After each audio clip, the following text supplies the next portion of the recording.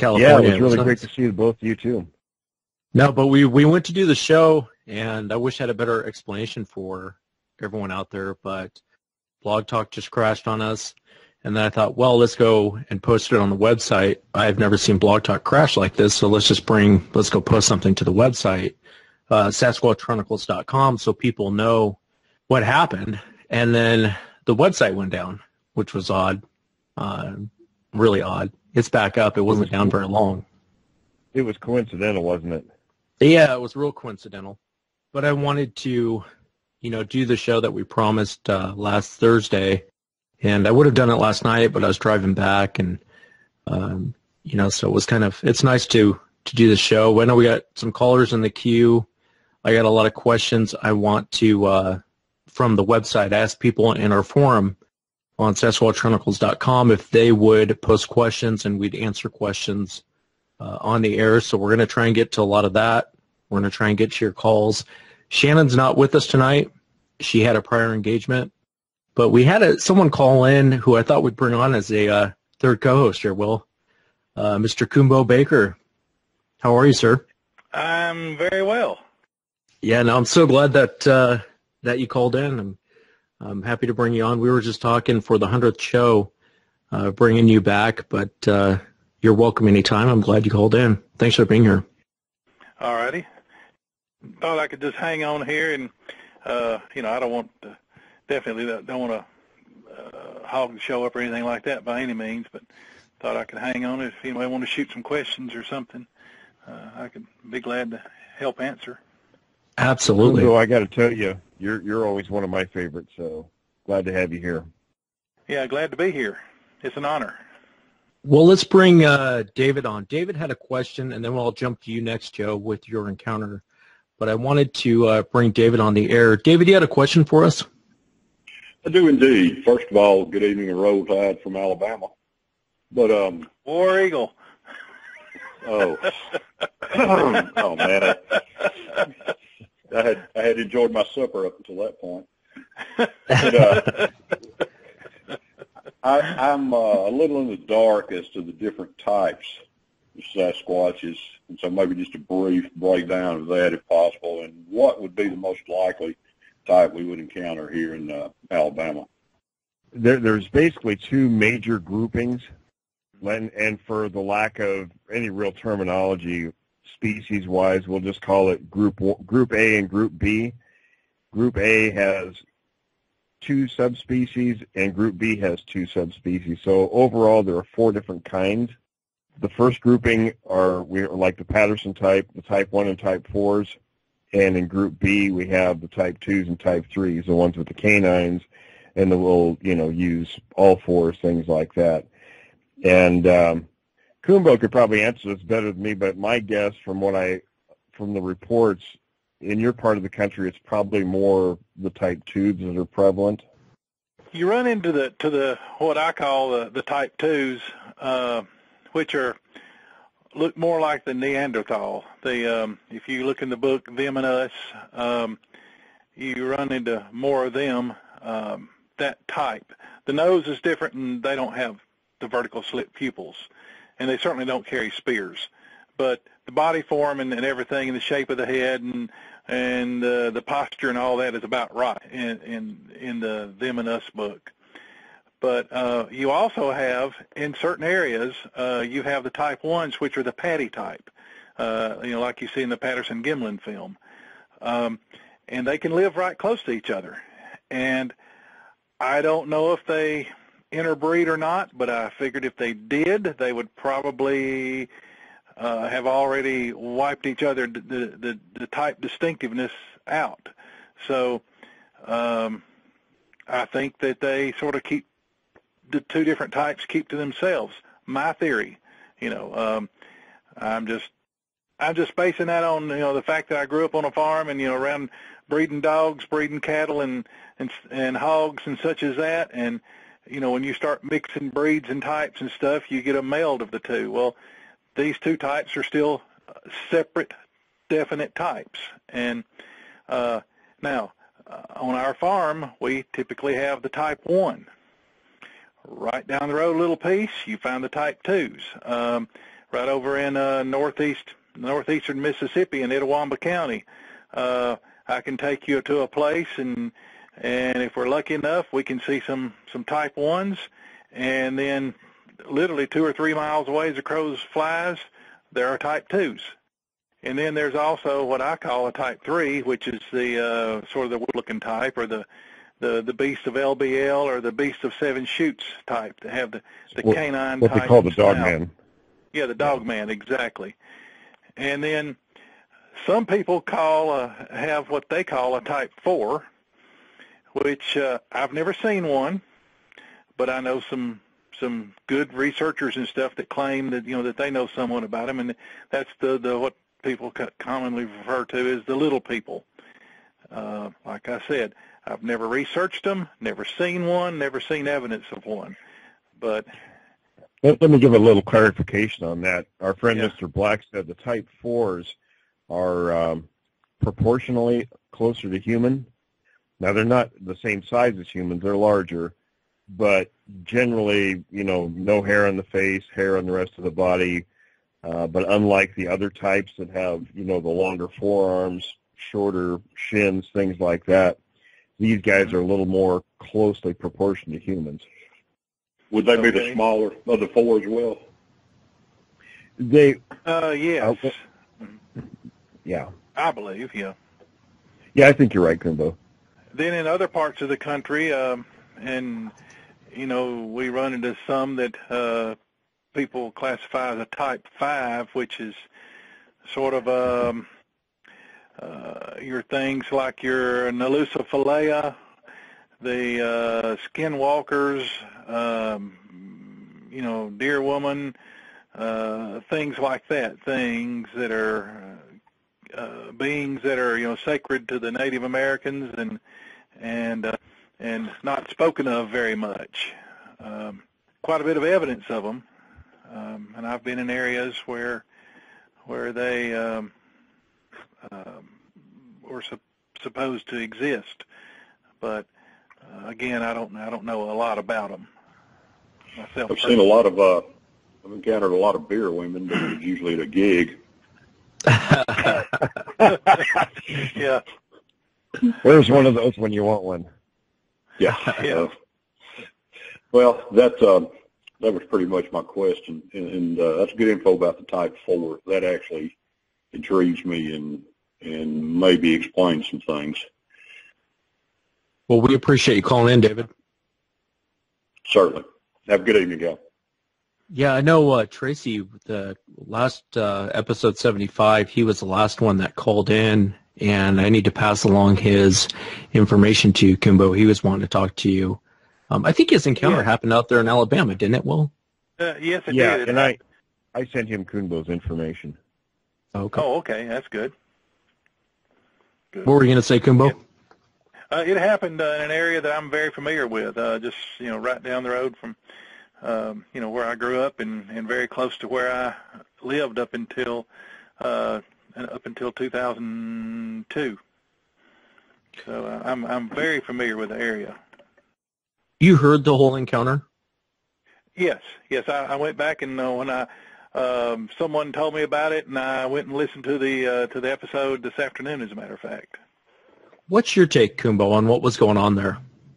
They love to move around on rainy nights and stuff. It provides a lot of cover for them and things. And I believe they just happen to be out, skulking around, maybe hunting, scrounging for food, whatever. Raiding gardens. That time of year, there's a lot in the July and August. There's a lot of vegetables, a lot of fruit, and things to be gleaned, and they were probably out gleaning groceries and either saw the truck pull or came upon it after it pulled over and thought it was rather interesting what was going on, and so probably the braver of the group, which sounds to me like from the description, probably the alpha, and it just about the right proportions for a type 2 alpha out of that area up there. Also, where he broke down was very, very close, probably less than 2 miles, certainly less than 3 miles as the crow flies from Woodall Mountain, which there are a tremendous amount of sightings from that area. That happens to be the highest point in Mississippi. But anyway, he had the door open. He was rummaging around in there, and the big boy came up there just checking things out. And when he started to take a whiz out the side door there, probably that's a sign of disrespect. That's one of the ways that we have provoked them in the past is by peeing on things that some of their formations and structures and stuff, and to see what kind of reaction we get. Typically the reaction is not a good one. They get quite aggravated, and that's probably why it reacted the way it did. And now I don't think it was planning on eating him or killing him or anything like that, because if it was, he would have never seen it coming. He would have never had the opportunity to see it like he did. Probably it stuck its head in there just to see if it might grab, they're opportunists. See if there was something it could grab and run with, that it could have swiped or taken or whatever, or just to check the guy out, to see him closer. I don't think it was intending to hurt him, or certainly not kill him and eat him, but it was definitely going to let him know that it didn't appreciate what he had done. The scream that he described is the scream that I have heard on a number of occasions. When they're pissed at you, when you've done something to make them mad. The noise, the whoop that he made when he realized that Tracy had a handgun, that noise is what Bear and I refer to as we have a name for that type of call, and that's a get the hell out of Dodge call. Is what that is. And that's a warning call, and if the alpha female does it, it calls all the little ones to her, and she leads the way out of there. If it's one of the males that do it, that means everybody open up a large can of go get, danger. And I have recordings of that call. And I've heard it a number of times, and it's always given when we have somehow surprised them, or slipped in there on them and they didn't realize it, or things like that. When they got to get out of there quickly. There was a question in the chat room I just saw it about peeing as being a sign of disrespect, and that is yes. Mm-hmm. And there was a question to that as far as, why is that disrespectful? But, I guess I can liken it to, and I'm not liking Sasquatch to dogs, but dogs will do the same thing. My girlfriend's nephew comes over with his little tiny dog, and it's got to pee on every little thing my dog's peed on, which irritates the hell out of my dog. It's a dominant sign. Yeah, I think it's kind of a dominance thing when you do that. So I can see that pissing them off. I want to jump to Joe. Joe had an encounter he wanted to share. I saw it on Facebook. And then right after that, we'll bring Jennifer on. But I wanted to welcome Joe to the show. Hi, Joe. How are you this evening? I'm good. I'm nervous. How long ago? No need to be nervous. How long ago did your event take place? It was about 22 years ago. And do you mind telling us what part of the country? It's Central Kentucky. Well, let's start out by just telling us what you were doing that day prior to the event, and then walk us into things as they happened. Well, it was just fixing to be deer season, so we were just setting our stands and everything like that. I owned 70 acres, 30 where my house was. I had about 3/8 of a mile of road frontage, and it sloped off, probably fell 70 to 80 feet in about maybe 200 yards, so it was a pretty good little decline down a hill to a creek. And on the other side of the creek, did the same, but it rose a little steeper. And if you walk to the right side of my place, it was formed like a triangle. I had 40 acres that actually touched for about 50 feet on the back side of that, on the opposite side of that creek. So we had set our deer stands and everything up there, getting ready for opening day, and it was opening day. And go ahead. I'm sorry. No, I'm sorry. My speaker came on. Sorry. Okay. So it was opening day was going to be in the morning, so I thought, well, I want to be in my deer stand before daylight. So I got up at about 5 o'clock, got ready to go. You know, everything was already packed. And I walked through my hayfield. It was probably maybe 1,000 yards or so, 1,000 feet down to where my properties joined, where that creek was, and went through the gate and across the creek. And you know, that was low grass, not making any noise, walking down through there. I don't remember if it was raining or it had rained, but everything was pretty wet and it was overcast. So by the time I got to that creek, I thought, man, I wished I'd have brought a flashlight, because it was just pitch black. I mean, no moon, but you know, I had been to my stand many times. I thought, I'm gonna find my stand without any problem. So I crossed that creek, and the way this back property set, it was a big hill. Like I said, it was 40 acres. It was a big hill, and it had like a cleared horseshoe around the outer perimeter, and then the middle was probably 35 or so acres of woods. So I went down the creek, and I entered the woods, and I went maybe 20, 25 feet in the woods, and I heard this, rah, rah. And I thought, man, that's a buck grunt. And, I mean, this thing's like maybe 30, 35 feet from me up that hill. And I don't remember if I stopped or I glanced that way, but, you know, it was a little grunt. Didn't really, you know, I'm holding a high-powered rifle, semi-auto high-powered rifle, so didn't really alarm me. And, man, I'm getting nervous just talking about this. I went maybe 4 or 5 more steps, and from about 20 feet away, this thing goes, whoa! And I mean, just, I can't even describe, my vocabulary isn't good enough to describe the sound.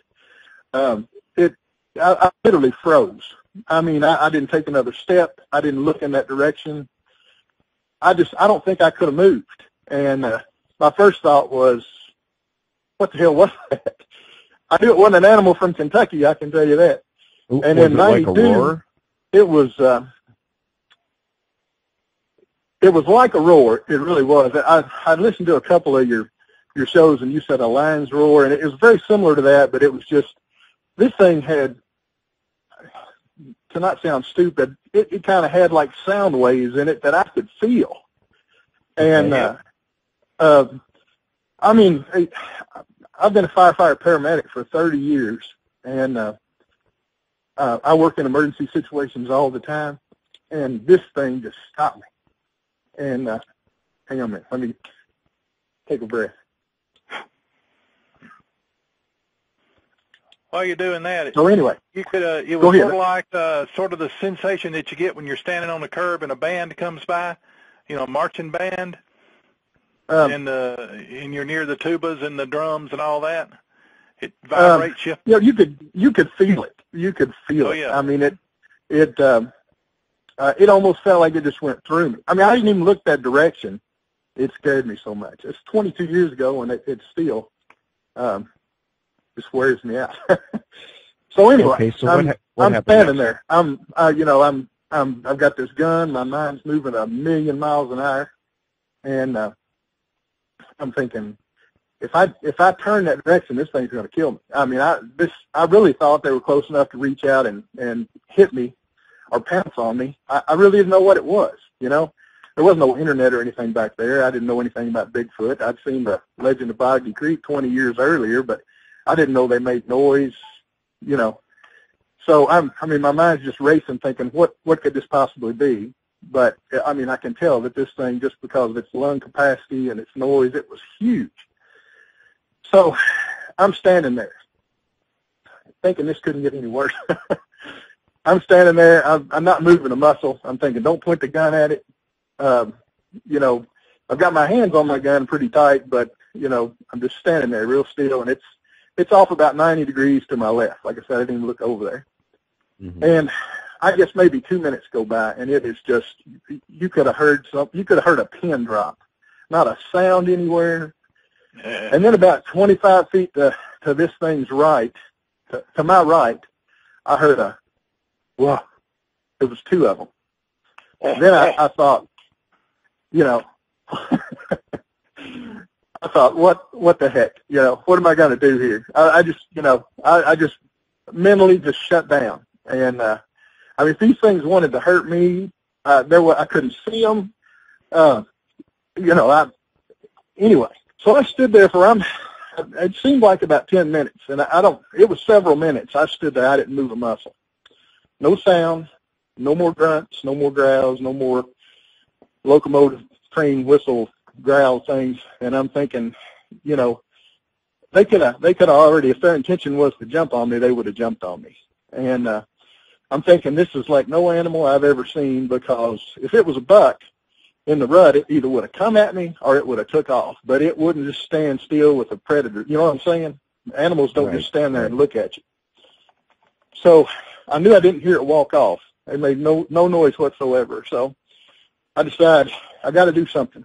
So I real easily, I took about a half a step forward real slow. Never looked that direction, never pointed my gun that direction. Nothing happened. So I took another half step, and this is over several seconds. I'm just very slowly trying to move kind of to the right of them. So anyway, long story. Well, it's going to be a long story. So anyway, over the course of several minutes, I get away from them, and I'm thinking they're not going to hurt me, because they could have. It was their world, their choice. I couldn't even see them. So I'm thinking, now I'm past them. I can't go back to the house, and all I can think of was get in the stand. If I'm up in the air, I've got a vantage point. Get off the ground, get up in the stand. So I got in the stand and waited for daylight. Daylight came up, and I don't know how long I sat there before I left, but once I could see really well, got down, went home. And I didn't tell my wife about that for 20 years. But anyway, it was a couple of days went by. I wouldn't go back out at night anymore, in the early morning. If it was daylight and I had my rifle, I wasn't afraid. I'd go back. Because, of course, like I said, I envisioned a lot of things, but that never crossed my mind that this was a Bigfoot. I was telling Wes that the way this land laid, it all went down to a creek, sloped way down to a creek, and there was a ravine that off of that creek went up the hill where this happened, about maybe 100 yards or so. And I was back there. It was about 2 or 3 days later. I don't remember how long I waited before I went back out, but I was facing this creek. And over there where this happened, right on the edge of those woods, I saw this gray head.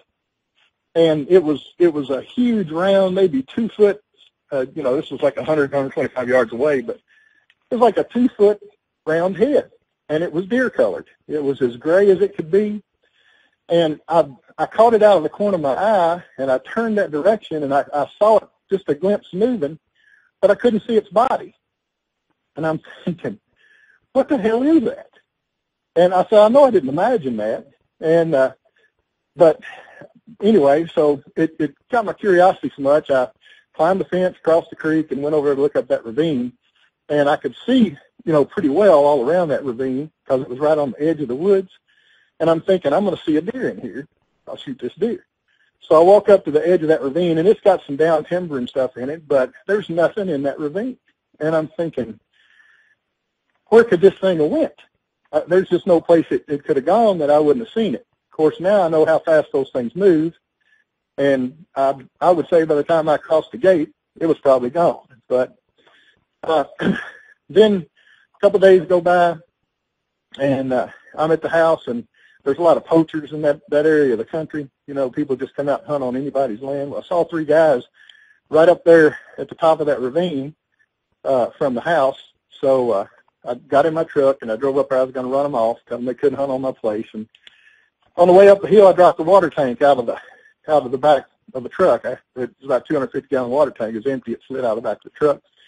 So I stopped the truck I was going to get out. I was probably 2/3 the way up that ravine on the edge of the woods. If you'd walk 30 feet in there, that's where the incident happened. And I thought, well, let me walk up to the top of the hill first and see if those guys are out, run them off. So I walked up to the top of the hill. I was looking for those guys, and over to the right of me about, 70 feet or so, it's a big old down cedar. The thing was about maybe 30 feet tall, about 8 foot big around, and I saw something come up from out of that, underneath that cedar real quick. And I wheeled around and pointed my gun at it, and it was a 10-point buck. And it starts taking off, and it runs out in front of the truck, and it's going to run around me, almost a 180-degree semicircle just around me. And when it came out of the woods, its back right leg was just broken in about 6 or 7 pieces. And it was just flopping. Oh. And so anyway, I said, well, I don't want it to suffer, so I went ahead and shot it. And went ahead and cleaned it out and everything. And I was looking at its leg, and its leg was broken, 3 or 4 pieces, back right leg, and it looked like had a big hole in its hip, like somebody had literally pulled that leg up and just ripped the hip out. You know what I mean? Mm-hmm. And, of course, until several years later when I started hearing all these Sasquatch stories and your all show has really basically paralleled my story for the sounds and the feelings and the things like that for a while. But, we had my father had actually planted 5 acres of blackberries on the front 30 acres that we were growing. So looking back at this, I don't know how long they were there. We were fencing that next summer, and I knew we had coyotes. We had turkey and everything else. We had coyotes, but this was like middle of the day back there where this happened on that 40 acres. All of a sudden, it sounded like there were 30 coyotes, and they were tearing one of them up. And, you just heard the whelps and yelps, and it literally sounded like 30 coyotes tearing into each other. Then all of a sudden, not a sound, dead quiet, and we heard this, woo, and just a hair stood up on the back of your neck, total silence. And, I don't know if that was coyotes killing an injured coyote or if that was this thing killing all those coyotes. But, anyway, that's pretty much my story. And, it was years before I finally made the association. This is what that had to be. There's nothing else that could generate that noise, generate that sound. Did you ever hear anybody talk about seeing anything weird like that in that same area? No, that was, of course, back then nobody really talked much about it. But no, they never really. And of course, I wasn't open about it either. Like I said, it was 20 years before I told some of my family, So no. Not really something you talk about, and I wouldn't want them to know. I don't want them to know today because they, I just don't want to put up with the ridicule, to be honest. You don't want the hassle. Yeah, I hear you there. We appreciate you coming on, Joe. Okay, I sure appreciate it. Yeah, thank you so much. Or did you have any questions for us or anything? I really do appreciate you coming on. Well, not really, other than I can't think of any other animal it would be. We don't have bears in this area, and it was 10 times lower than a bear anyway. Yeah. A bear didn't make that noise, so I don't know what else it could have been. But I'll tell you what's really funny after listening to your all story is, that movie Close Encounters of the Third Kind, when the aliens pass over you and all you can do is think of, what is that, Devil's Mount or whatever, and they're making it in potatoes and everything. That's kind of like these Sasquatch encounters. Once you actually get one of them, you just can't stop thinking about it. It doesn't matter if it's 20 years ago. That's the people that never experienced this don't quite get, Well, my wife has heard this story, and she says she wants to see one. I said, no, you don't. She said, well, maybe from a distance. And I said, from a distance would be okay if we had that choice. Thanks again, Joe. Okay, yeah, thank you. Appreciate it. Will, I know and he told me how to pronounce this, and I'm sure I'm going to get it wrong, but King of Leinster, I'm sure I pronounced that wrong, in our forum on SasquatchChronicles.com. He wants to know, Will, has there ever been any cases that you've researched that made you think twice about following up or investigating more, maybe through fear for your own safety, be it an aggressive Sasquatch behavior or through sketchy characters involved? Not so much, if it was a good, solid encounter. I've never backed away from looking into one. Now, if it was a sketchy character, there was an old-timer in Skamania County who I used to deal with, and mostly because he was the local Bigfoot guy, and another friend of mine put me together with him, and I thought, oh, okay, that's great to have somebody out here. But the guy never had any solid information, so whenever he would call, it was always a case of, well, geez, I don't know, if I had time, I'd go look, and it was, never really any benefit. So, but as far as an encounter, I can't think of any that I ever shied away from. I think it's always, if there's shady characters, and we could name off probably half a dozen of them that are currently in the media, that make all sorts of claims. And those kind of people, if they said something, I don't think I'd believe them. I wouldn't follow up on something like that. Well, let's move to Jennifer. Jennifer, you had a question and an encounter? Yes, I did.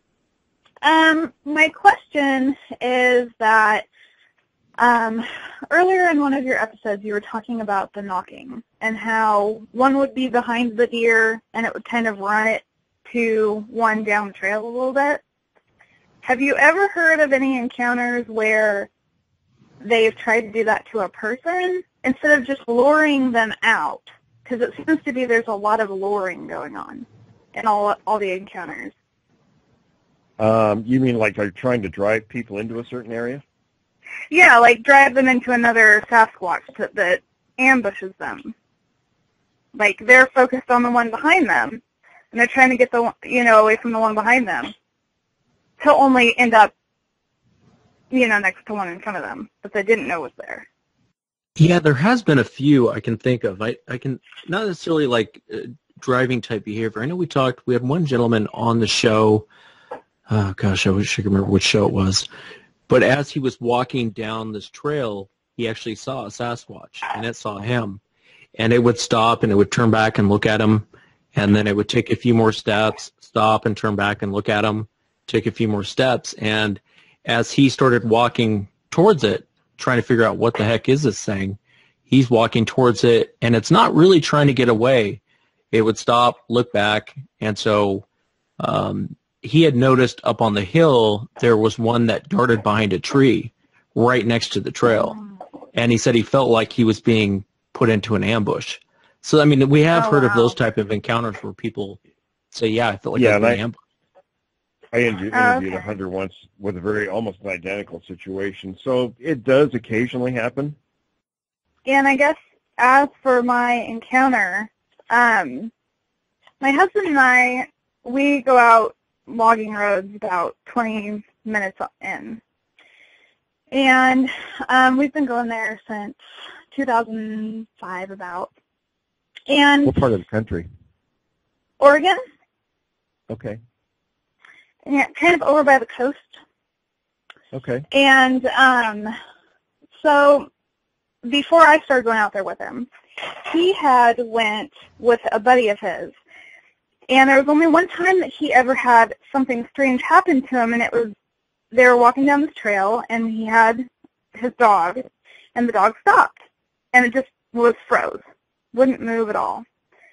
And the smell just came out of nowhere, and he said it was just putrid. And so they had to, really coax the dog and almost take him up to keep him going. And then when because they were going fishing, and they went and fished for the day, and then when they came back, they had no problems with that spot.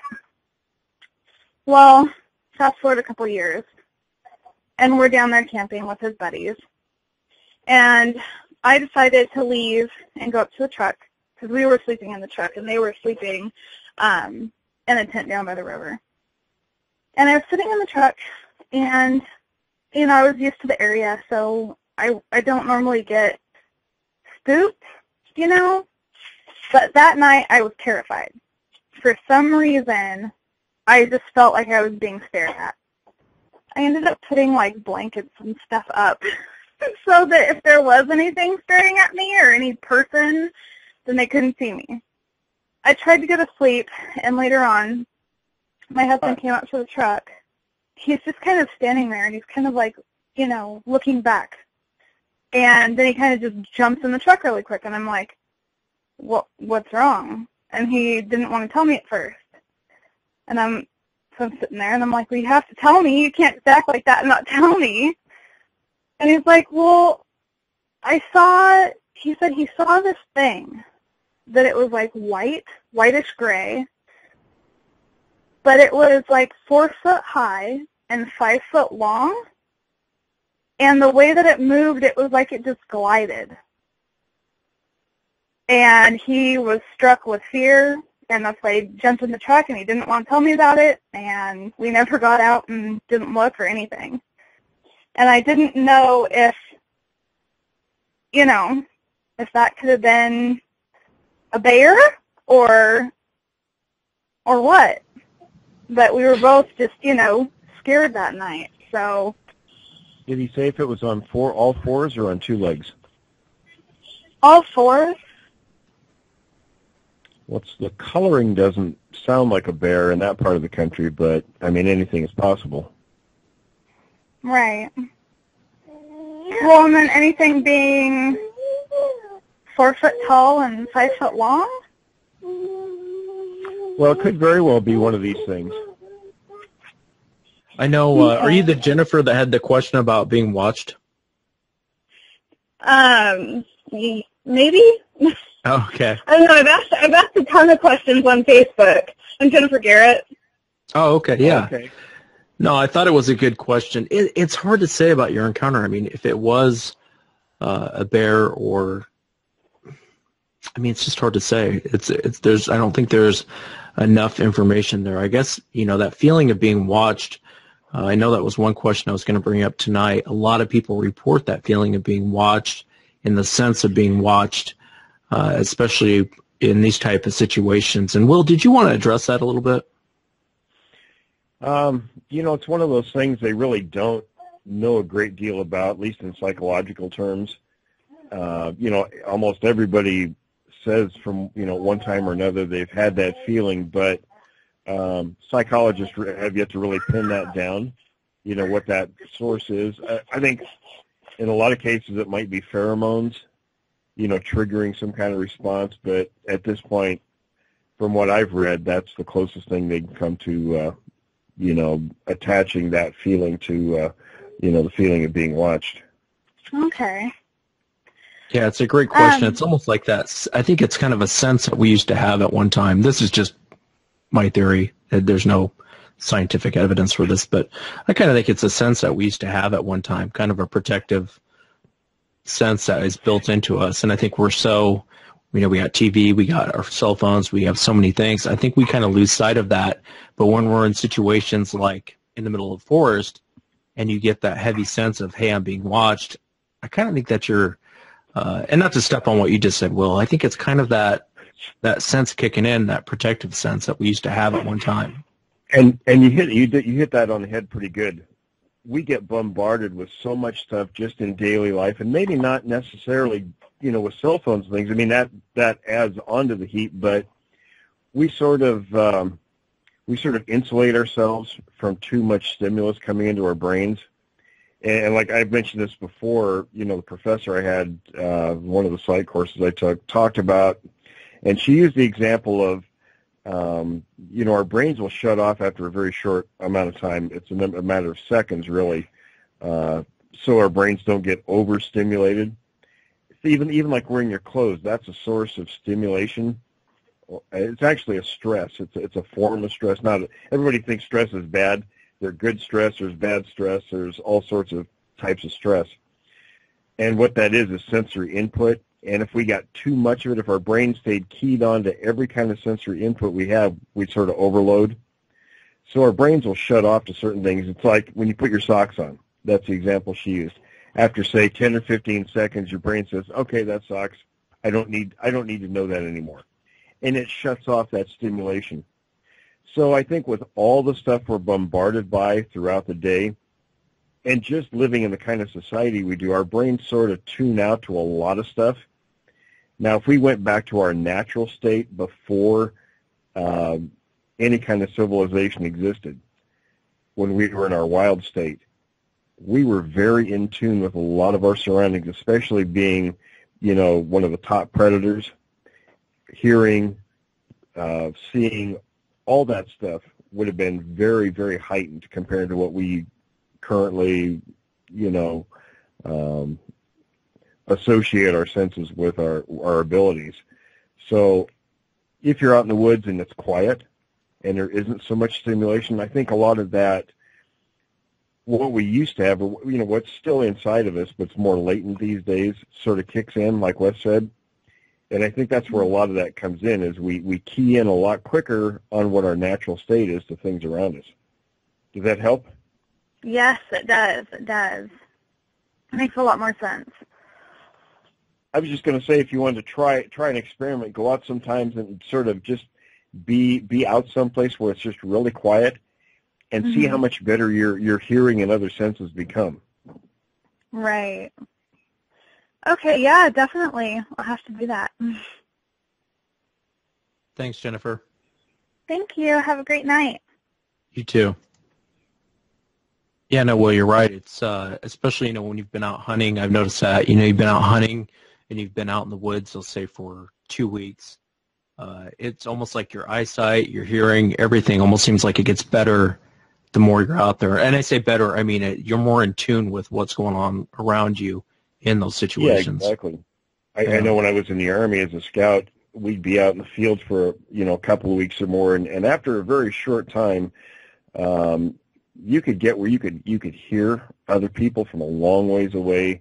That's why, even the voices, we're a very noisy creature. And you have to really discipline yourself to learn how to be quiet. You can smell people from a long ways away. There's just all your senses really get to a fine, sharp edge after a while. Here's a question from Vicky from the forums on SasquatchChronicles.com. She said, there's a few questions. One, strangest place you've heard there's been a Bigfoot encounter? I'd say West Texas. There's places like that I would have never thought they would take up residence, but recent events in the past couple of months definitely make me believe otherwise.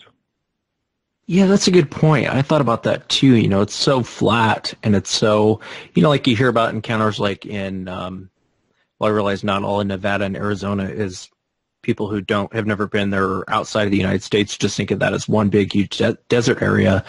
And there is some green area there, but it kind of throws me a little bit when I hear a lot of encounters out that way. You wouldn't think they'd be out there. Right, in the Mojave Desert in Southern California, there's all kinds of strange places I would have never considered before, but, we get some of these encounters now, and it's just, you can't dismiss them because they're too solid. Yeah. Vicky's next question is, do you have any sort of theory or theories on why they watch children? There's reports of Sasquatches watching children. Why do you think that they seem to be focused on children? It could be one of a couple of things. I mean, these guys, I used to say they were just plain nosy. And a lot of primates are. They're, if they see something going on, and I used to tell friends, I'd say, well, it's got to be pretty boring living up in the woods, when you see these crazy humans come in, they come and check you out. And a lot of times they do. They'll come in and just circle a camp. They'll watch you. And it might be just out of curiosity. It could be that, now with kids, it's either curiosity or, like with a lot of predatory species, the young and the old are what they go after. Those are the easiest targets. So it could be one or both of those reasons. Yeah, no, I agree. Her last question is, what's the best thing to do when you encounter a Bigfoot? Just like you stumble into an encounter. I would say don't do anything that could be construed as aggressive behavior back. Now, that could be including raising your arms or any sort of a gesture that a creature like that might take as threatening. I would either stand still or back away slowly. You want to break that contact, get away from the things. I know Dogs 15 wants to know, Wes, just a hunch, but did Bob Garrett work for the government tracking these animals? Something makes me believe he knows a lot more about the government side of things. For the government to keep close tabs on him. That's a good question. That is a good question. And our answer is no comment. No. No, one of the... Oh, go ahead, Will. No, you better go ahead. I was just going to make a comment. I was wondering, somebody sent me an email, and it was a question I wanted to ask Kunbo, if we get him back, if the government had made any sort of overtures towards him or Bear like they have Bob. Yeah, that's a good question. I'd love to ask him that. And if you're out there, call back in. Yeah, I had never thought about it until that person asked, and it's a very good question. We'll be trust me, we'll be revisiting this Bob Garrett situation. There's a couple things that we're trying to do before we talk about it more. But I don't want people to think, I know there was this huge uproar on episode 75. There is a lot more information, but there's a lot of things that I guess I need to know before I just say it out on the air, and that's kind of what we're trying to do. There's going to be follow up on it. Just trust me on that. But so there's other things that we're not going to leave everyone in the dark, but just now is not the right time to say that. It's funny in the forums too. It looks like there's a couple people proposing marriage to Shannon. Are we surprised? I don't. It's too bad Shannon's not here to answer those. Yeah. Bill, you're on air. You had an encounter you wanted to share? Well, I'm not sure if it was. It's been bothering me for about 3.5 years now. My grandparents have a property up in northern Missouri. It's about 40 acres. And we would go there during the summer as kids and hang out all summer, basically, and go back at Christmas time and get together with family. And so I've hunted that place and fished my whole life, know it pretty well. And about 3.5 years ago, we were there in August, and everybody was in the house doing what families do. And I walked out. It was probably, 9, 10 o'clock at night. And I walked out back and walked down to the gazebo, which kind of overlooks the little lake that they have, and sat there and had a cigarette. And I heard one knock, just a sharp knock, and it was like 2 2x2s knocking together, just one time. And I just sat there and thought about it. What could that possibly be? And I could tell where it was. It was down below the dam, and it's kind of a swampy area. And I just sat there thinking about it, and wasn't real worried or anything. I was thinking, well, it's possible a stick fell and hit another stick just perfectly and made that sound, but it was just unusual. And after a while, I got this fear inside of me that I've never had. And it was pretty overwhelming. And I've deployed a couple of times, and I was in a bad motorcycle accident about 4 years ago and sliding down the highway. So I know fear, but that didn't even compare to this. It was like down in your soul, you're going to die if you don't move now. And so I started walking fast towards the house and got to the back door and put my hand on the door, and I was sweating and my heart was pounding, and I was looking back. I didn't see anything, didn't hear anything. And I thought I would just stand there for a few more minutes until I went back inside. I didn't want people to see me like this. And I realized this was ridiculous. I've hunted at night since I was a kid. I've never been afraid of the dark or anything like that. And I just told myself, you're being stupid. So I calmed down and turned around and went back out there and had another cigarette, and probably got about halfway through it. And then I remembered I had this laser in my pocket, one of those green lasers. And it wasn't one you buy at Walmart. It was one you have to buy overseas. It's got a key on the back so that kids can't get a hold of it. It'll actually light stuff on fire. And I turned it on, and shined it across the lake, and it reflected off the lake and stuff. And then I shined it down to that area, and it bounced off some water down there or something, because it looked like a lightsaber flying around.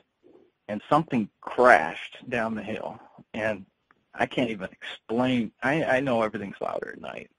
I get that. But this sounded like a Volkswagen bus on its side rolling down the hill.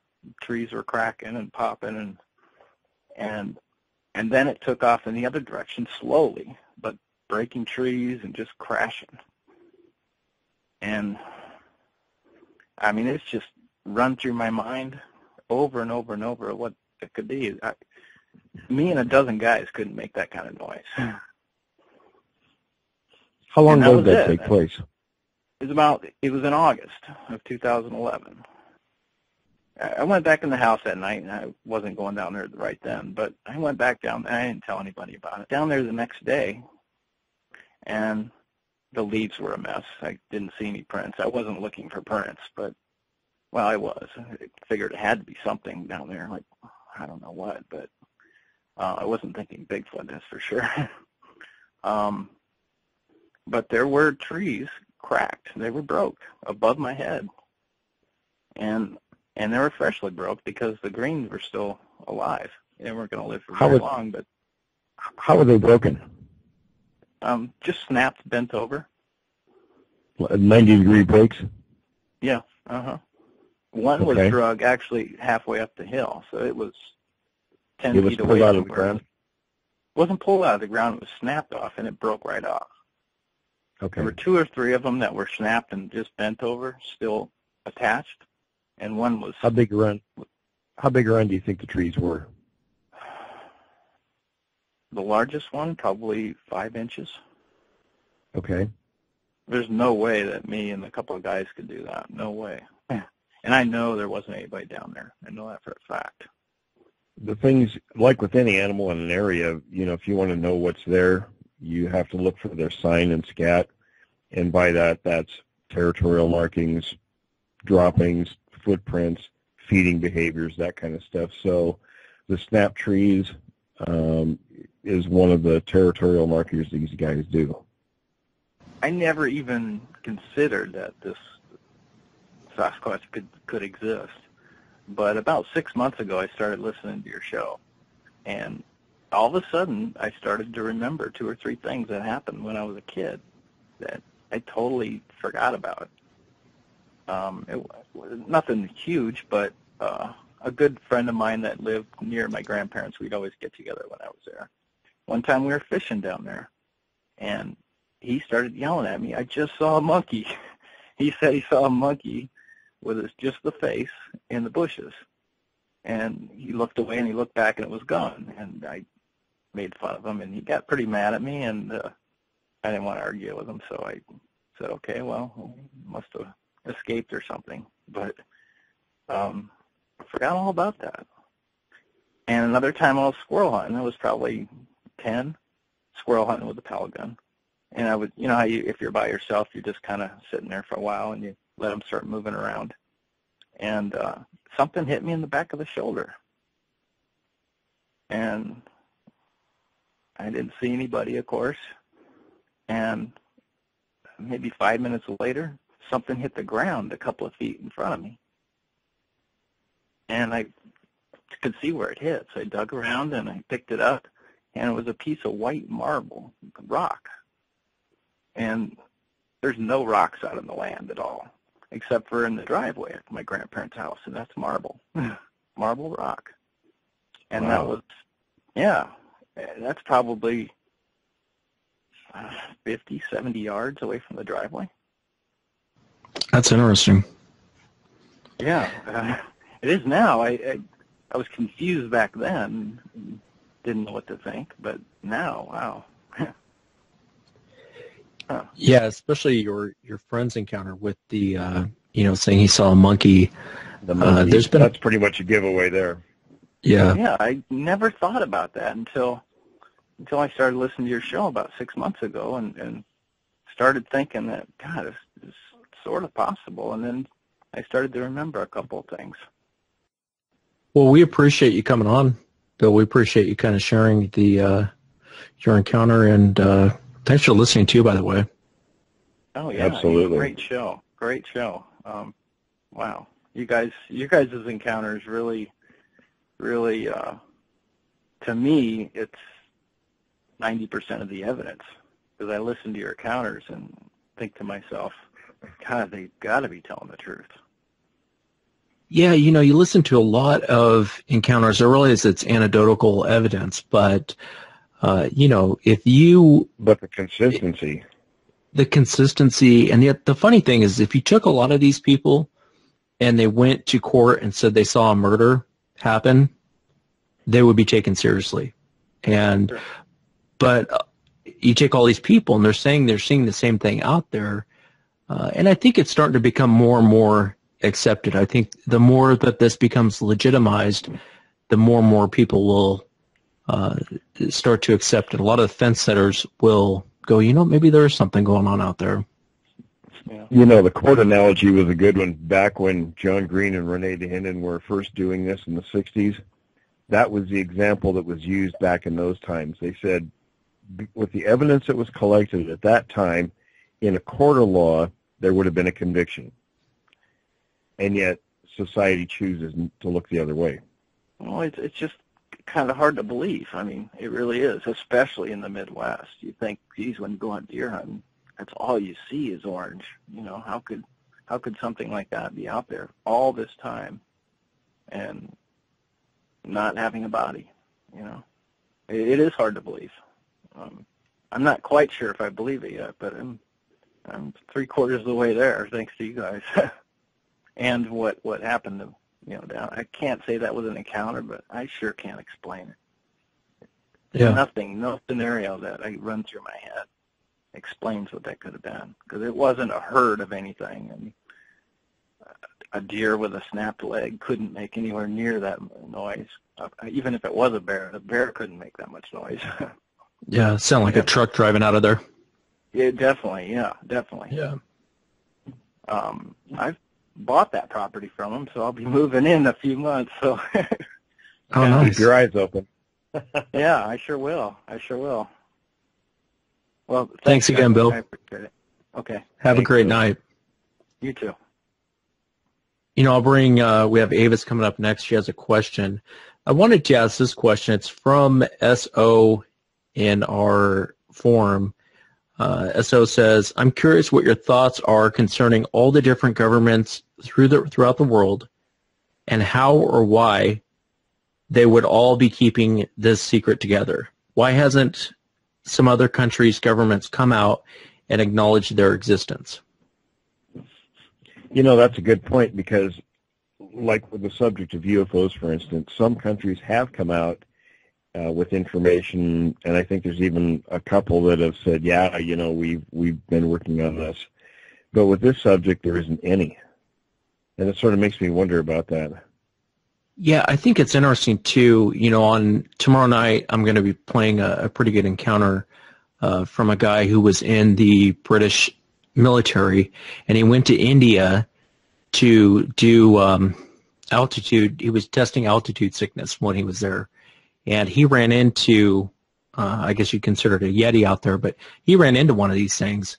And he was kind of describing, as he's going through, I mean, the guy has a really good description on what he saw. But their government out there is a little bit more lenient, and people are a lot more accepting as far as, and he had noticed that people were pretty open about talking about these things and a little bit more accepting than, let's say, out in the UK or here in the United States. He still didn't want to talk about it because he's doing altitude sickness testing and training for the military, and the last thing he wants to talk about is this thing he ran into. So it's been years and years and years, and he finally comes out. But, you know, a lot of these other countries, they are a little bit more open. I don't think the technology's there, like, and the communication like we have, but they are a little bit more open about it. Yeah, with this subject, though, I mean, for whatever reason, and we have really at this point no idea why, you know, that our folks are keeping a lid on it. And as I said before, it could very well be a really, really good reason. We just don't know. And I guess it would be different if every country had as much clout as the others, but some like ours have a lot of clout, and if the reason's strong enough, they could certainly convince other governments to keep a lid on it there too. Avis the rent-a-car, you had a question. Yeah. Still laughing about that. How are you tonight? I'm okay so far. How about you guys? Good. What's your question? My question is, some of the witnesses have spoke about they would be walking in the woods and everything would go dead silent. No frogs, no crickets, no nothing. My question is, does everybody experience this right before they have a sighting, or they know something's in the territory? That's one of the questions. I do have another if possible. Yeah, absolutely. Well, sometimes it does happen. People usually don't realize it before an encounter. Most often, sometimes they do. I've been in the woods plenty of times when, things went dead silent. I don't know what was there that caused that. I can't say it's Bigfoot because I didn't see anything, but does that mean it isn't? No. A lot of times when a lot of different kinds of predators are in the area, some animals like squirrels and birds and things will usually, ring the distress call, and then everything goes silent. So it's really hard to tell. I mean, it could be one of these things, could be anything. Second question, you ready? Sure. Okay. There was one episode you guys had where the biker was going up the mountain and he come down and the infrasound hit him and he started taking his clothes off. Right. Has anybody else reported that they saw Bigfoot while this was going on, or if they had the sighting of it? Because what I'm wondering is if there's another predator that we're not aware of that's even maybe mimicking the Bigfoot we are not aware of. Am I making any sense here? Yeah, I think there was one or two other accounts that were similar to that one. As far as another predator, it's possible. I don't know. I mean, there's very little known about infrasound currently, so that question's definitely an open one. So it's a big unknown right now. Well, that's what I was looking at David Polly's books, and that was one of the things, where they've stripped off clothes and everything like that. There seems to be a mixture of things going on in his books, and so you guys have opened my eyes up to quite a bit of stuff going on. I've been in the woods, and where everything goes dead silent. My butt's out of there like yesterday. I don't stay around for that mess. I'm gone. It's a good precaution. Yeah, and I'm out. And it's happened 3 or 4 times, but I've never stood around looking for anything. But then hearing you guys, there was probably a good reason I did that, And I was just wondering, I'm just trying to connect the dots or see if there's any dots that need to stop and then not connect to the other. Listen to your instincts and watch for sign and scat. Scat, sign, right. Sign and scat, of course, like I had mentioned before, was, feeding behaviors, territorial markings, footprints, right. All that kind of stuff. Right. All right, guys, I appreciate y'all's time, and y'all have a good night. All right. Thanks, Thank you. Bye-bye. That's a good question about that she had, has anyone actually seen a Sasquatch do that with that reported behavior, people taking their clothes off? And it would sound strange. I know David Pilates goes into some of that in his books, people found without their shoes and without their, it makes you wonder if it's infrasound or what is actually going on there. What would cause people to take their clothes off? And the thing is there a direct connection with the Sasquatch and that behavior? Yeah. Starting to run short on time. I know Renee B. wants to know, hey, Wes, I have a question of the utmost importance. Why do you wear sunglasses indoors? And what she's referring to. You never know whether it's looking at you or not. Sorry, man. Wow. Just bent over right there. No, it's a No, what Renee's referring to for other people who haven't been to SasquatchChronicles.com, we will do these videos from time to time, and I'll have my shades on. And I guess my answer to that is why not? Why not have your shades on? Didn't we do one of those where all three of us had our sunglasses on? Yeah, I think there was one up there with that. And we'll be doing more of those on the website. And I'll probably even we had so much response. I want to thank everyone on the website for submitting all the questions. And I'm definitely not going to be able to get to them, but we'll be answering those with Shannon through a video on the website. We'll be answering a lot of your questions. But if you're on the website, I asked for questions from members, so please go on there, submit your question. This one's from Jennifer. I have a question for Will. Could you please update us on the burial mounds you believe you came across? Are you planning to go back up there? I'd love to hear an update about that. Thanks. One thing I'll say before you jump on there, Will, is we were trying to get funding to have a lot of the listeners go out there and come with us to take a look at these. The funding just didn't happen, but it's something we're still definitely looking into. But go ahead, Will, if you want to answer her question. Well, yeah, we're definitely planning on going back to those places. Hopefully this summer. A lot of those locations we can't get in there until after the snow's gone, in the higher altitudes. But as soon as we're able to do that, we'll be up there, and we'll have some video and things of those places. Question from Tim S. Alaska is still home to at least 30,000 grizzly bears. Any idea how many Bigfoots are in Alaska? Oh, God. I don't know. We want to get Rob Alley on, and for those who don't know Rob, he's the author of Rain Coast Sasquatch, and Rob, I think, could give us a much better answer on Alaska.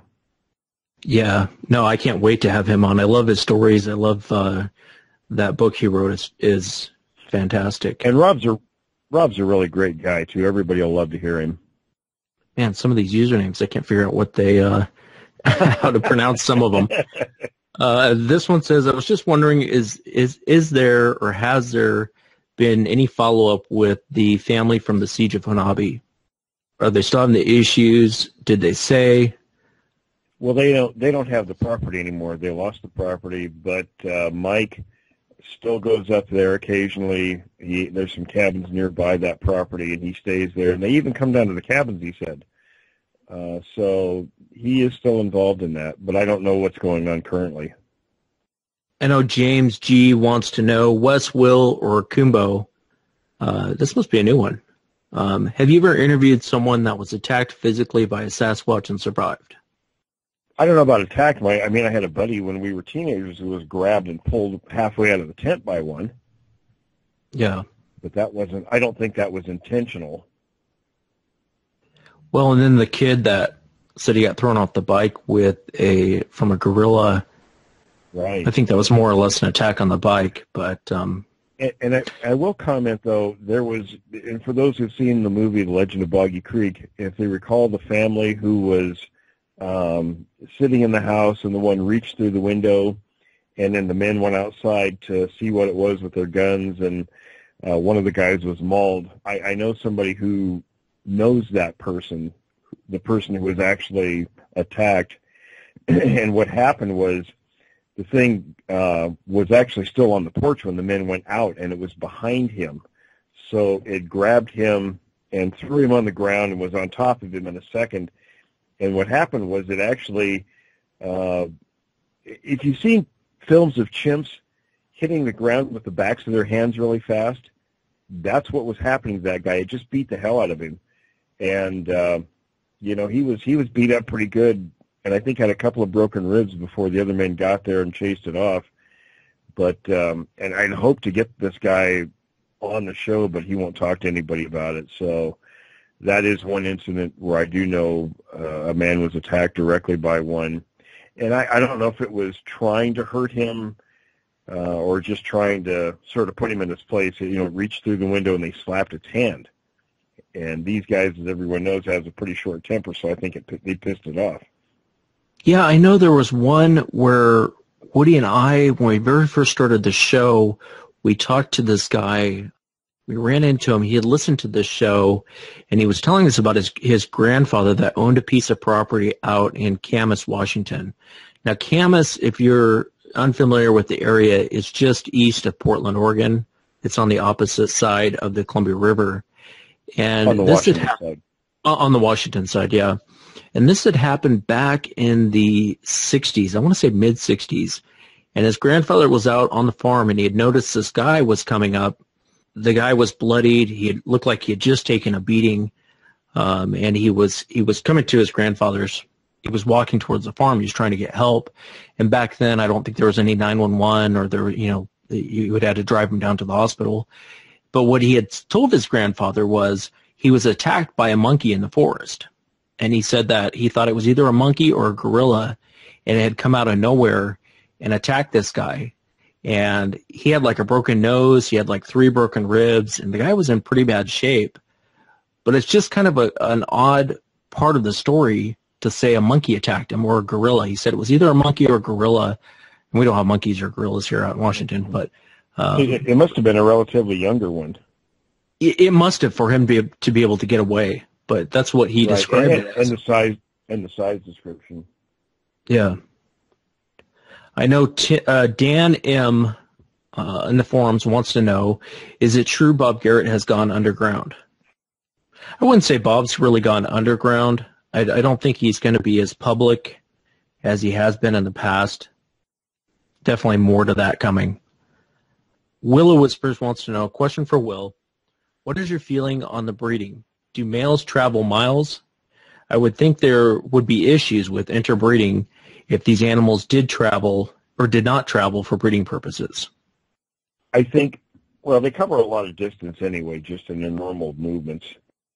And I'll use the up on the Browns property for a good example. There are at least a couple of groups there, probably 3 or more. And there's also a few rogue males that have their own group that sort of come around, you said every couple of months, Wes.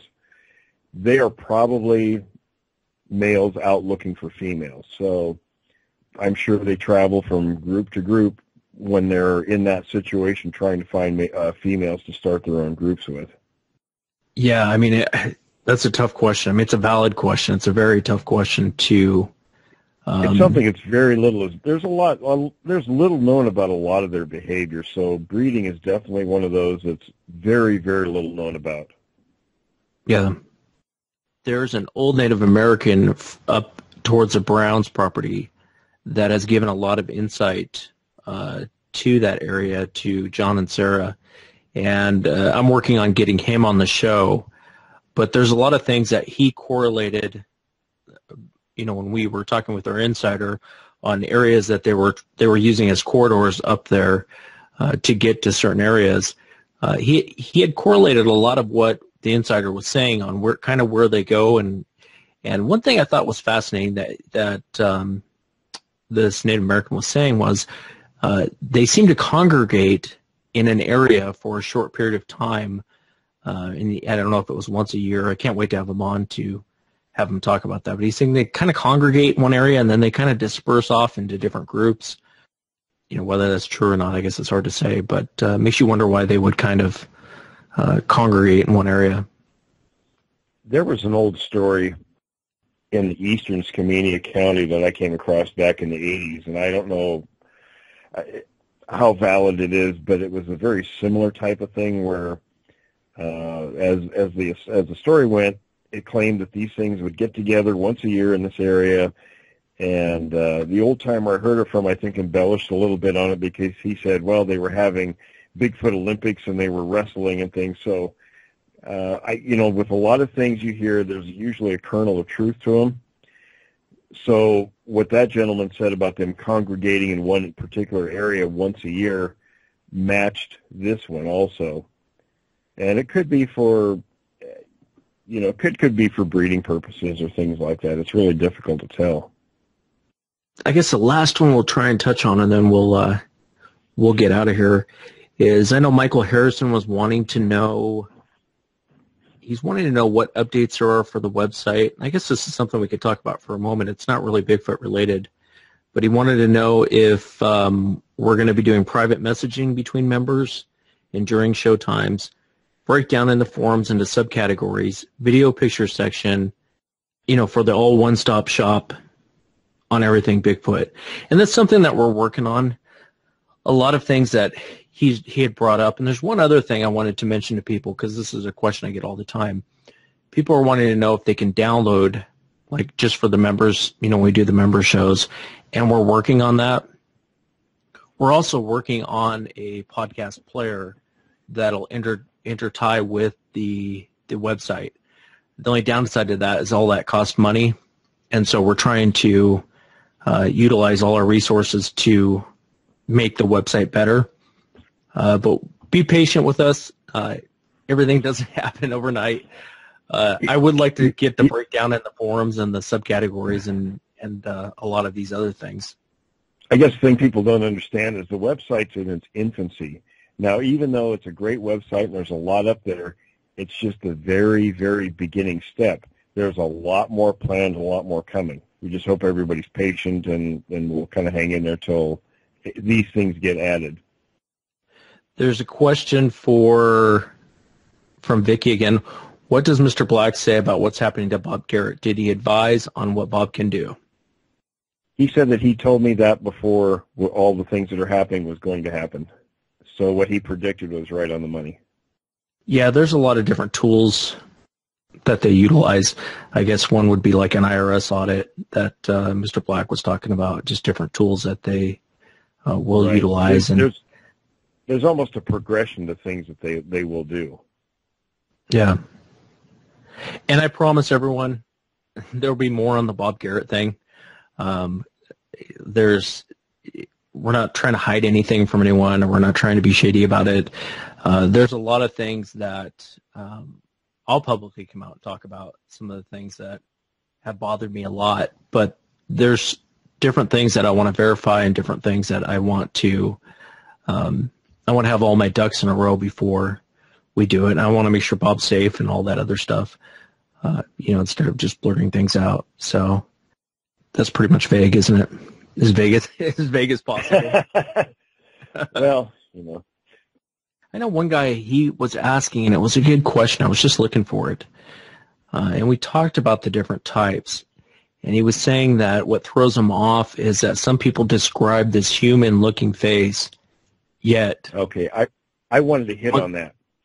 When Kunbo kind of was jumping in there, I wanted to clarify that a little bit more, because this goes back to when Bobby Short, who was a friend of mine, and I would used to talk about our individual encounters. And her encounter and my encounter described what we saw was completely different. And I could never reconcile that. And I knew she was being very straightforward. That was kind of gal she was. And being a good friend, I didn't want to argue with her, so I didn't. But I always kept in the back of my mind wondering, how is it that what she saw, she said the face looked human. The rest of it looked Sasquatch, the face looked human, and what I saw was not human at all. Well, when Mr. Black told me was that the type 4 has a very human-looking face. It doesn't have hair on it, but the rest of the body does. It looks like a Sasquatch. So and people have to understand, we get a lot of discrepancies in some of these accounts from one to another in description, and it's because most people really haven't keyed in on the fact that there are 4 different types. And if you can figure out which type, and it's pretty simple, some of these details like the type 1 and 4s are in the same major grouping, the same species grouping. They don't have canines. The type 1, the Patterson type, you look at the film, there it is. That's the type 1. The type 4 is similar. It's a little smaller. It's still a big creature, but it's not as big as the other 3 types. And the proportions, the arms and legs and things are a little more close to human type proportions. So I think if you were to describe the type 4, maybe the traditional Neanderthal look might be closest to that. And I think that's how people, when they say, well, it looked human, they're either seeing a type 4 or that's just what's in their vocabulary. That's the closest thing they can come to describing what it is they saw. No, and I'm glad you brought that up. I know that Tom Cantwell has two questions, and I'll answer the first question, and I'll let you answer the second question. How many have been how many have been killed, captured in Texas that you know of? Is there an honest effort to manage them? Does that effort include reducing their numbers when the situation permits? I guess to answer that question, yes. The second part of the question is also, do you think that they're prone to retaliation? Does removing one put people in a more dangerous environment? Yeah, I think if you're going to, if the teams go in and remove one, they're pretty well armed, so we don't know exactly yet what's happened during some of those encounters, whether they've had to kill the whole group or not. I would say they probably have, because like with humans, and I'm sure other primate species, if they're attacked, one member is attacked by something, then certainly the alpha male and the sub males, in that hierarchy are going to take some action back, some kind of retaliatory action. And I would think with these things, especially because they're not really an ape, they're a little bit more closer to what we are. Not saying they're human, they're just a little closer to us than there are apes. So they more than likely, and it's based on behaviors with a lot of these accounts, have short tempers and seem to be vindictive. So I would say absolutely they'd take retaliatory measures. William C. wants to know, Will, question, do you think folks going out looking for any signs should use drones with thermal cameras instead of infrared cams, as some postulated that Bigfoot can see in the infrared spectrum? You could try it. It'd be kind of a shot in the dark, but my deal is still, if you want to know where one is, you got to look for the sign. You got to know what sort of wildlife's in the area, and these guys leave the same kind of stuff behind as any other wildlife. You can send a drone up with cameras on it, and it's sort of like the Falcon Project. Good luck finding something. But the infrared, my information is that they can see that light spectrum, so which is one of the reasons that trail cams and things like that don't work. So if you can use some technology other than what has the infrared spectrum, then I would say give that a shot. Well, I think that's everything. There's more questions in here. Yeah, we're about out of time. I know there's more questions in here, and we'll definitely post those to the website, SasquatchChronicles.com. Thanks for being here, Will. I know it's Saturday.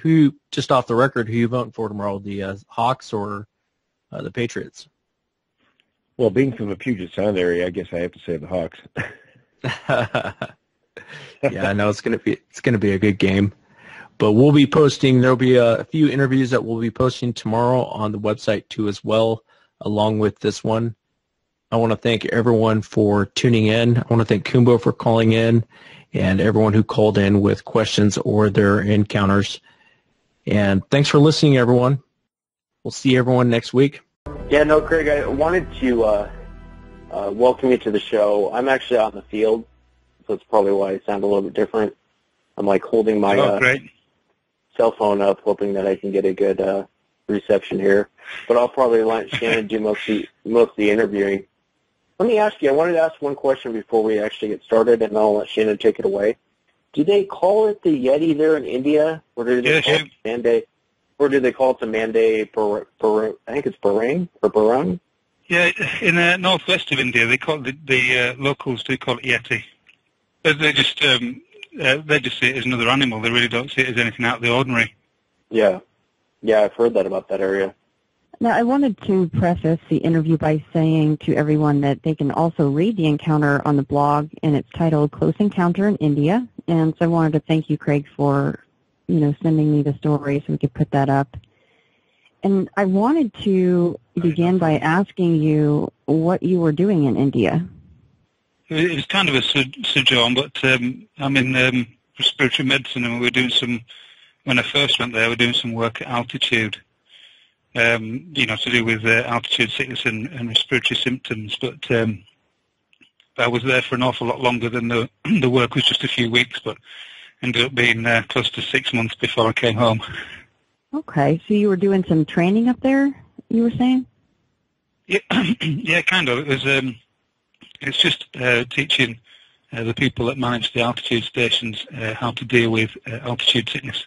I'm going to channel Will here for a moment because I'm curious too. Did you have any prior knowledge of Yeti or Bigfoot or anything before your encounter? Yeah, not so much Yeti. Obviously, growing up in the 70s, I knew about Bigfoot. Can't say I was a massive fan or anything. I didn't know about the legend of Boggy Creek until a couple of years ago, but I'd seen the Patterson-Gimlin film, yeah. If you could just tell us what you were doing that day and what led up to the encounter, and go ahead and go into that for us. A little embarrassing. I was coming out of, there's a small, I guess you could call it a town, but it's really just a cluster of probably about 20 buildings. I was coming away from this place called Casol. And I was coming away from there. We were staying at a chai shop, which is a place to stop and get tea for hikers, and it was probably a couple of miles from Casol, up the coast of the river that runs through the region there. And I was on my way home back to the chai shop after getting something to eat in town.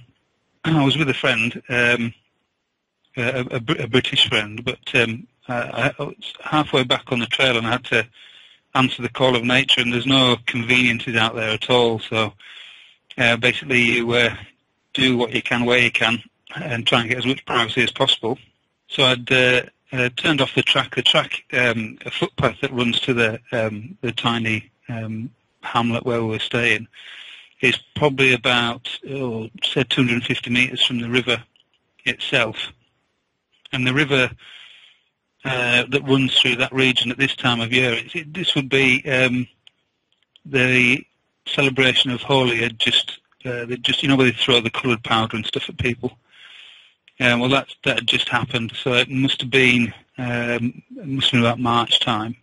The glaciers all melt at that time of the year, so you get massive flow of water through the rivers, and it's so powerful. I mean, it's thunderous when you get close to it. It's so powerful that you can hear it actually pushing boulders down the riverbed. I was walking down a path, had to answer the call of nature, so I ducked off towards the river to get some privacy, and it was like I found like it was an enclave, probably a couple of foot high, and I sort of ducked down into the enclave to take care of business like you do, and I'd been there a few minutes. I can't remember how long, probably 2 to 5 minutes, something like that. Well, I had my back lent against the back of the enclave, and you really can't, when you're that close to the river, you really can't trust your sense of hearing. It's just too thunderous. You can't hear anything that goes on around you. But I did feel like a vibration, like when a horse runs close by. I felt a couple of thuds at my back, and sort of back and to the right. I want to turn to my right, on top of the enclave that I was squat behind. The bushes kind of separated, and this thing leaned through the bushes. And there's no doubt in my mind of what I was looking at. It wasn't a case of, oh, this could be a bear, or this could be. They do have black bears up there, and it's the foot of the Himalayas, so they do have Himalayan black bears and all sorts of other animals up there. But there's no way I could have mistaken it for anything else. It was just too close, and it was probably about, I'd say it was 10 feet, probably about 10 feet from where I was. And as it came through the bushes, it had 1 foot up on the enclave that I was behind, and I don't know what the other foot was doing, but it was kind of squat down, and it was looking out towards the river, so doing pretty much what I'd been doing. And I couldn't see its face full on. The face, it was, like I say, it was looking out towards the river, and I could see the jawline and probably a little bit of the brow ridge, but I couldn't really see the face. But one thing that struck me about it was the size of its thighs and its shoulders. Its thighs in particular. I mean, not really an animal biologist, but it struck me as definitely an ambush predator. It had massive thighs, all covered in hair, obviously, and it was kind of where the hair was longer, it's a little bit sort of lighter brown and grey colour. and chest hair was very thin, so I could see some pectoral muscles. Shoulders, huge shoulders. And one thing you mentioned on a previous show that not many people had seen the ears. Well, I could actually see the ears through the hair. It was hair, not fur. And I could actually see the ears, and they were human-like ears, but it was very small, like a child's ear. It was quite small. I can't say as I saw the famous feet, but I did, in the sort of periphery of my vision, I did see that it had a hand, very definitely a hand with a thumb, was grasped hold of a tree, sort of supporting itself in its squatting position. And its skin colour, I guess you could say it was a very tanned human skin colour. It wasn't.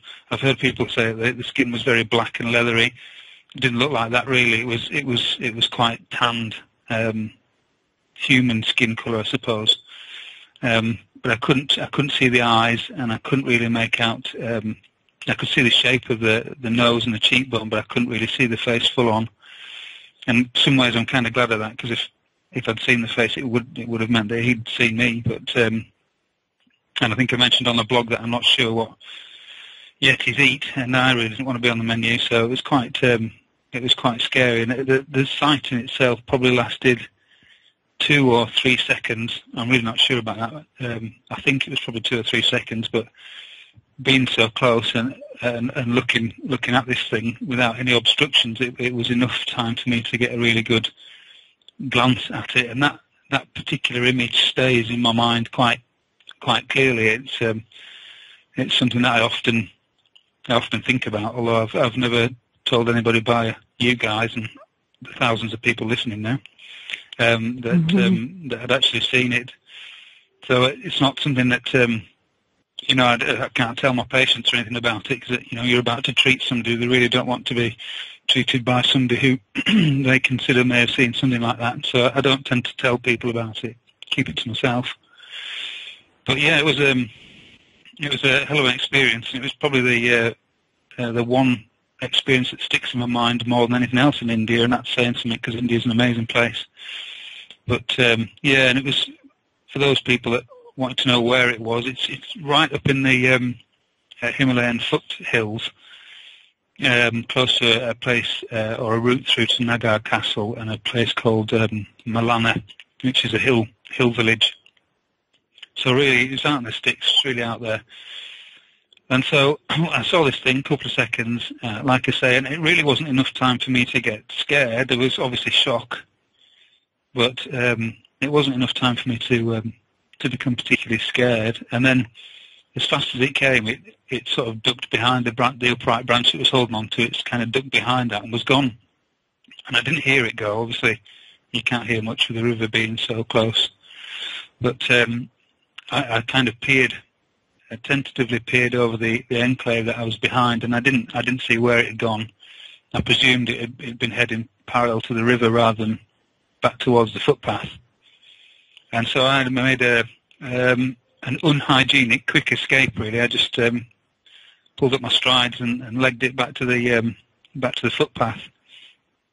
And that was the last of it. Really, I told the friend that I was with at the time, the British friend, who's a close friend that I've known for years. So I told him, but I can't say as I told the other travellers at the chai shop that I'd seen this thing, and perhaps I should have done, and perhaps I should have reported it. But the Indian police really wouldn't have given two hoots about it. Really, it's a queer police force they have out there, and they wouldn't have really listened to me, I don't think. So I didn't report it, and I was just glad that my first floor bedroom in the chai shop was off the ground and hopefully out of harm's way. So yeah, that was about the size of it, really. So yeah, so I don't get a chance to tell the tale often, so I appreciate that. Yeah, we appreciate coming on. I wanted to ask you real quick, one thing I find interesting about your encounter is the creature really wasn't that tall. It was only about, what, No, it wasn't. Feet? Yeah. Well, I'm 6'2", so yeah, it's just the mass, and I'm really not good at, I can estimate human weight very quickly, but strangely that doesn't seem to work when I try and estimate its weight. I don't know what weight it was, but I'd say it was easily 2 or 3 times my weight, and I'm 80 kilograms. So, but I would say it was between. It was hard because it was. I would say it's kind of like taking a knee. You know, it had sort of one. It was squat down. There was sort of one knee and up on the enclave. Could see that, but I couldn't see the other knee. But I would say it would have been a real stretch of the imagination to say it was anything more than 7 feet. I would say 6 to 7 feet. Yeah, and I find it amazing, too. I know Shannon had posted the blog up on the website called Close Encounter in India. Yeah, yeah, thanks.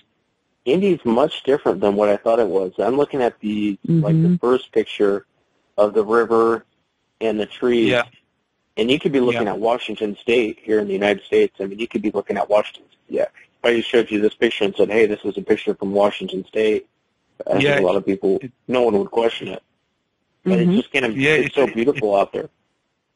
Yeah, it's a great region. It's the foothills of the mountain are all pine forests.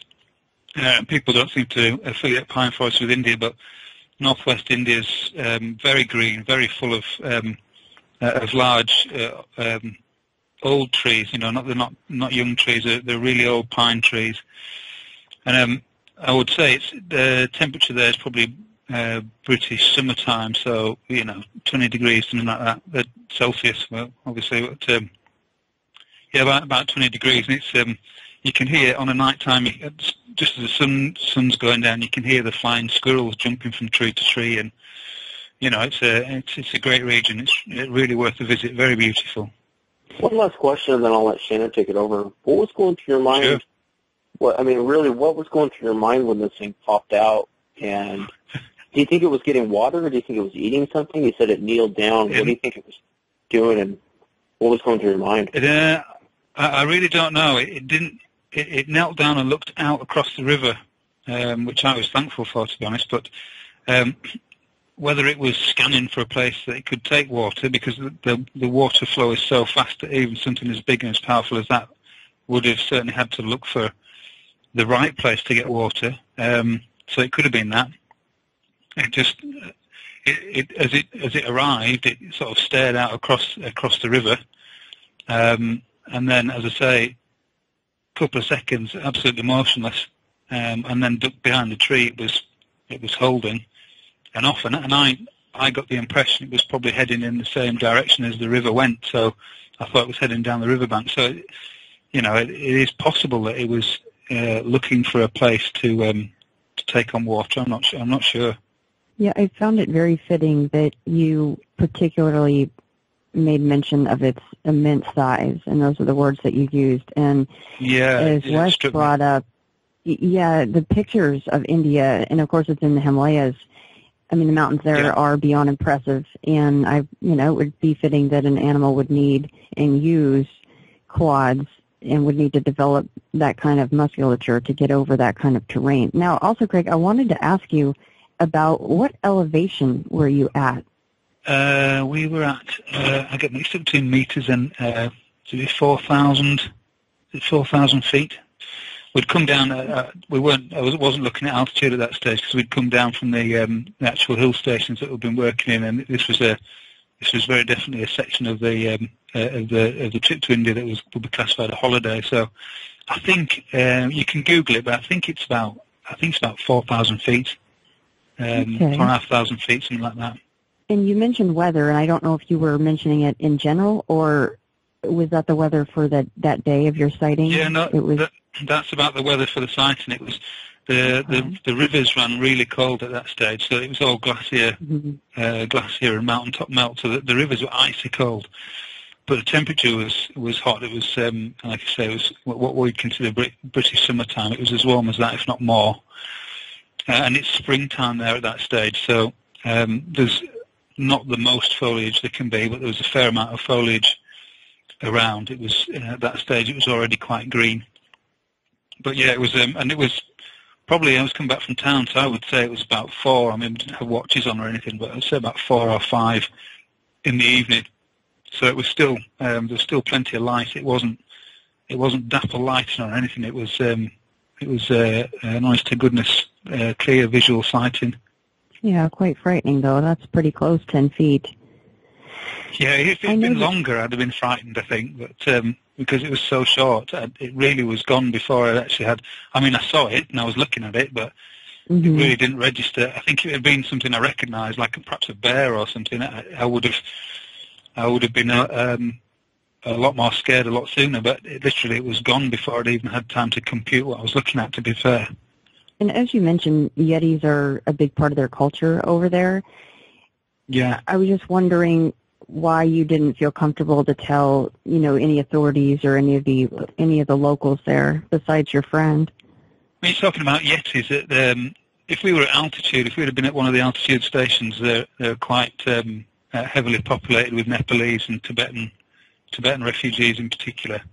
And I wouldn't have had a problem speaking to them, because they did speak from time to time about Yeti. It was a couple of times when we were up there for the initial period that they'd mentioned things, but literally just, in fact, it wasn't even a conversation with me. It was just basically in conversation with others that the word Yeti came up, but their response to that word was quite matter of fact. It wasn't like it was anything special at all.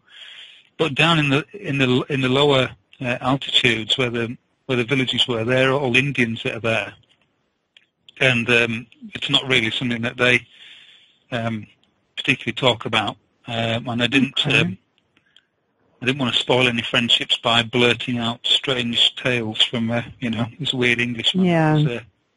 I kind of kept it to myself, and I perhaps should have told some of the other travellers at least to take care. But I really didn't have the guts to start, talking about it. I would imagine, especially with your job at the time, you're researching altitude sickness, and it's kind of so it's kind of hard to come out and say, hey, I saw a Yeti. A lot of people might look at you funny, and a lot of people here in the States that have positions, they're starting to come out now, but I think a lot of people in the States have that same mentality, which isn't a wrong mentality, but I think a lot of cops don't want to come forward and say, hey, I've seen one of these things, because of their profession. So I kind of understand where you're coming from on that. Yeah, I chickened out, I'm afraid. Yeah, and I don't blame you for it.